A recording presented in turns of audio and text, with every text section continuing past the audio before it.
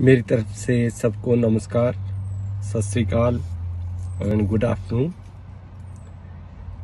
जो ये वीडियो है मैंने हिंदी भाषा में बनाई है और इससे मैं आपको ये बताऊंगा कि भारत में बहुत सारे लड़के आइलेट्स पास लड़की के साथ शादी करके कनाडा आना चाहते हैं, पर होता क्या है कि यहाँ काफ़ी कनाडा में सुसाइड केस हुए हैं, पुलिस केस बन गए कि बहुत सारी लड़कियों ने अपने पति हस्बैंड को इंडिया से बुलावा के लिए डॉक्यूमेंट्स नहीं भेजे हैं। देखो क्या होता है कि जब आप लोग शादी करते हो तो आप लड़की की सुंदरता तो देख सकते हो या आइलेट का सर्टिफिकेट तो देख सकते हो, ये नहीं मालूम वो सच्चा है या झूठा है। पर एक बात बहुत तो बिल्कुल ही नहीं देख सकते हो कि लड़की वो कितनी इंटेलिजेंट है। देखो मेरी बात आप गौर से सोचना। देखो कनाडा में हस्बैंड को स्पाउस ओपन वर्क परमिट सिर्फ 2 शर्तों में मिल सकता है कि जो स्पाउस कनाडा के अंदर पढ़ रहा है वो एक तो DLI जिसको कहते हैं डिजाइनेटेड लर्निंग इंस्टीट्यूट में दाखला ले, उसके अंदर पासिंग मार्क 70% ले और फुल टाइम उसका कोर्स होना चाहिए, और जिस कोर्स में उसने दाखला लिया है वो पोस्ट ग्रेजुएट वर्क परमिट के लिए वैलिड हो। ये और 5वां ये है कि जिसने भी अपने हस्बैंड या वाइफ को इंडिया से बुलाना है उसको पहला सेमेस्टर पास करके तो ही वो कॉलेज आपको लेटर देगा, तभी वो आपका जो काउंटर पार्ट इंडिया में बैठा है वो अपना वीजे की एप्लीकेशन लगा सकता है। सो मैं सबको आपको बताता हूं, ये बड़ा एक रिस्की काम है। देखो यदि लड़की यहां अगर फेल हो गई, पहले सेमेस्टर में अक्सर फेल हो जाते हैं क्योंकि बच्चे यहाँ पे एक तो आपको सिर्फ टोटल एक सेमेस्टर के अंदर 2 एब्सेंटिज्म अलाउड है, इससे ज्यादा एब्सेंट आप नहीं हो सकते हो। और मैं क्या देख रहा हूं कि जो भारत से आने वाले स्टूडेंट हैं वो ज्यादा कमाई में के चक्कर में पड़े रहते हैं, पढ़ने में ध्यान नहीं देते हैं। दूसरा यहाँ इंग्लिश भाषा है, पासिंग मार्क 70% है जबकि इंडिया में ये 33% है। सो सबसे आपने पीछे सुना ही होगा 2-3 केस ऐसे हो चुके हैं कि उनके हस्बैंड्स ने इंडिया में सुसाइड कर लिया, जिसकी वजह से कनाडा में लड़कियों की बहुत ज्यादा बदनामी हुई है। ये साफ सुथरी बात है कि चलो मान गए कोई भी बच्चा फेल तो कनाडा में हो ही सकता है, इतनी घबराने वाली बात नहीं है। पर यदि कोई बच्चा कनाडा में शादी करके आता है और अपने सेमेस्टर में फेल हो जाता है तो उसको तुरंत वर्क परमिट लेकर, जिसको पंजाबी भाषा में लीमा कहते हैं हम लोग, तो वो लेकर उसको पर कैटेगरी OAB का ही वर्क परमिट लेना चाहिए, क्योंकि यदि आपके पास वर्क परमिट OAB कैटेगरी का होगा उस स्थिति में ही आप इंडिया से अपने घर वाले या घरवाली को यहाँ कनाडा में बुला सकते हो।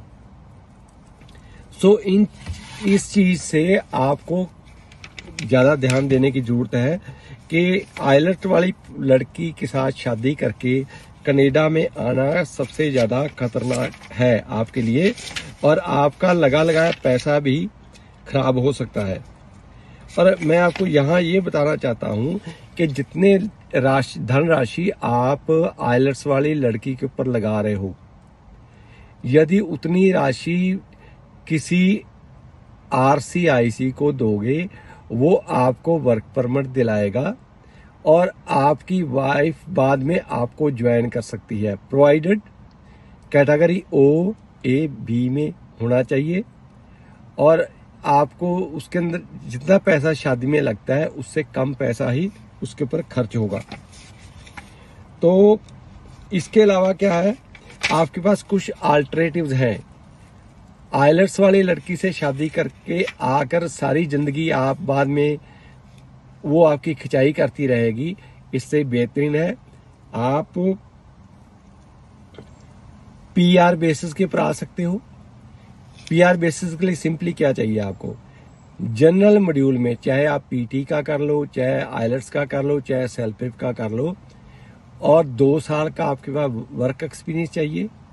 चाहे आप इंडस्ट्रियल ट्रेनिंग इंस्टीट्यूट में 1 साल का कोर्स कर लो, चाहे आप 3 साल का डिप्लोमा कर लो, आपको 2 साल का वर्क एक्सपीरियंस चाहिए। तनख्वाह आपकी बैंक में आती होनी चाहिए। आपने इनकम टैक्स की रिटर्न फाइल की होनी चाहिए। आपकी जो पुलिस क्लियरेंस सर्टिफिकेट आपके पास होना चाहिए, और आपका जो मेडिकल टेस्ट है उसके अंदर क्लियरेंस होना जरूरी है। सो ये 5-6 शर्तें हैं जिनको आप पूरा करके कनाडा में इजीली आप आ सकते हो। अब मैं आपको वो कुछ स्थितियां बताना चाहता हूं जब अक्सर कनाडा के वीजा अफसर आपके ऊपर शक की निगाह से देखते हैं कि भाई आपने शादी इमिग्रेशन के पर्पस के लिए की है, आपने एक्चुअल शादी नहीं की है। सबसे पहले क्या होता है कि जब लड़के और लड़की की एज में ज्यादा गैप हो, यदि ज्यादा गैप होगा इसका मतलब कोई ना कोई गड़बड़ तो है। जनरली लड़के लड़कियां जब कॉलेज या स्कूल या यूनिवर्सिटी में पढ़ते हैं तो उनका लव फेयर बराबर की एज वाले के साथ होता है, ना कि लड़का 5 साल बड़ा है लड़की 5 साल छोटी है, या लड़की 5 साल बड़ी है और लड़का 5 साल छोटा है। ऐसे नहीं होता है। जब लड़की की उम्र कम हो, देखो कनाडा में अक्सर जो हमारे यहाँ बच्चे हैं, लड़के लड़कियां हैं, इनकी शादी 30 साल के बाद में होती है। 30 साल के बाद लड़के और लड़की को एक अच्छी अकल होती है, वो एक दूसरे को देखकर ही एहसास कर लेते हैं या घूम फिर के एहसास कर लेते हैं कि वो इकट्ठे रह सकते हैं या नहीं रह सकते हैं। सो कोई भी इंडिया में क्या होता है कि 18 साल की लड़की होती है, 21 साल के लड़के साथ शादी कर दी जाती है। सो जब भी कम एज में लड़की की शादी इंडिया में होती है, वो कनाडा के वीजा अफसर जो कनाडा के ही पढ़े लिखे हैं और उनको सिर्फ कनाडा बारे जानकारी है, तो वो इसके ऊपर शक की निगाह से देखते हैं। यदि दोनों की स्पाउस के अंदर, हस्बैंड वाइफ के अंदर एजुकेशनल क्वालिफिकेशन में बहुत ज्यादा डिफरेंस हो, देखो ये तो अक्सर आप देखते ही होंगे, इवन इंडिया में भी आजकल इतनी एडवांसमेंट है कि जो लड़कियां हैं वो अपने बराबर के लड़के से ही शादी करती हैं जिसकी एजुकेशन क्वालिफिकेशन सेम हो, ताकि मेंटल लेवल सेम होना चाहिए। तो उस स्थिति में यदि आपके ज्यादा फर्क होगा, लड़का मैट्रिकुलेट है या 10+2 है, लड़की ने BA MA कर रखी है, तो उसको शक की निगाह से देखा जाता है कि आपने गलत तरीके से शादी करके जा रहे हो।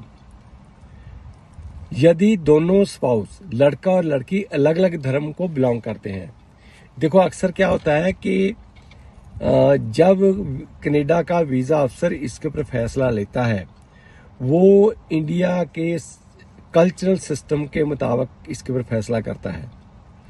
यदि लड़के और लड़की में शादी होती है पर उनका रिलीजन डिफरेंट है, तो ये भी एक शक की निगाह के अंदर आने वाली बात है। लास्ट में क्या है, टाइमिंग ऑफ द एप्लीकेशन। देखो जब भी एक लड़का या लड़की पहले अपने कॉलेज को एक लेटर ऑफ एक्सेप्टेंस लेने के लिए एप्लीकेशन लगाता है, उसके अंदर तो वो शो करता है कि भी मैं अनमैरिड हूं। जब उसको लेटर ऑफ एक्सेप्टेंस मिल जाता है तो दोबारा फाइल उसकी लगती है वीजा लेने के लिए एम्बेसी के पास। उस टाइम पर लड़का या लड़की कहते हैं मैं मैरिड हूं, तो ये एक शक के घेरे में आप लोग आ जाते हो, जिसमें कहा जा सकता है कि भाई आपको वीजा कनाडा का मिल गया तो आप इस निगाह से अभी आप इमिग्रेशन के लिए मैरिज की है, जो कि फ्रॉड है। सो इसके अलावा मैं आपको बताना चाहता हूं, हस्बैंड और वाइफ एक ही प्लेन में ट्रेवल कर सकते हैं। प्रॉब्लम सिर्फ कहां पे आती है कि आप इंडिया के एजेंट के पास जाते हो, जो सिर्फ अपना कमीशन देखता है, क्योंकि अक्सर क्या होता है कि कोई भी स्टूडेंट को जब एजेंट कनाडा में कॉलेज में एडमिशन करा या यूनिवर्सिटी में एडमिशन कराता है, उसको लगभग 1 लाख रुपए पर स्टूडेंट कमीशन मिलता है। देखो, सपोज वाइफ आ रही है, उसका लालच होता है कि भाई वाइफ वहां पहुंचे, कॉलेज में 15 दिन की क्लास लगाए, उसको कमीशन मिल जाएगा। हस्बैंड का तो उसको कुछ मिलने वाला नहीं है। प्लस क्या, यदि हस्बैंड में कोई वीक पॉइंट होगा तो लड़की का जो स्टूडेंट के तौर पे जा रही है उसका भी वीजा रद्द हो जाएगा। वो इस रिस्क को लेने के लिए तैयार नहीं है। सो मेरे कहने मतलब ये है कि आपको यदि शादी करके लड़की के साथ आना है, शादी करने से पहले किसी भी RCIC जो कनाडा का रजिस्टर्ड इमिग्रेशन कंसल्टेंट है उसके पास जाइए, उससे गाइड लो कि आपने शादी कैसे करनी है। देखो, इस शादी के ऊपर ज्यादा पैसे नहीं लगते हैं और आप आराम से कम पैसे में शादी कर सकते हो और आपको कोई भी कनाडा आने से मना नहीं करेगा। उसका सिर्फ सिस्टम है। सिस्टम समझने के लिए आप किसी भी कनेडियन RCIC के पास जा सकते हो। First consultation is always free, so please stay connected with us. यदि आपको लगता है कि हम वीडियो सही तरीके से डाल रहे हैं, आप अपने दोस्तों से या अपने रिश्तेदारों से शेयर कर सकते हो और इसका लाभ ले सकते हो। Thank you very much.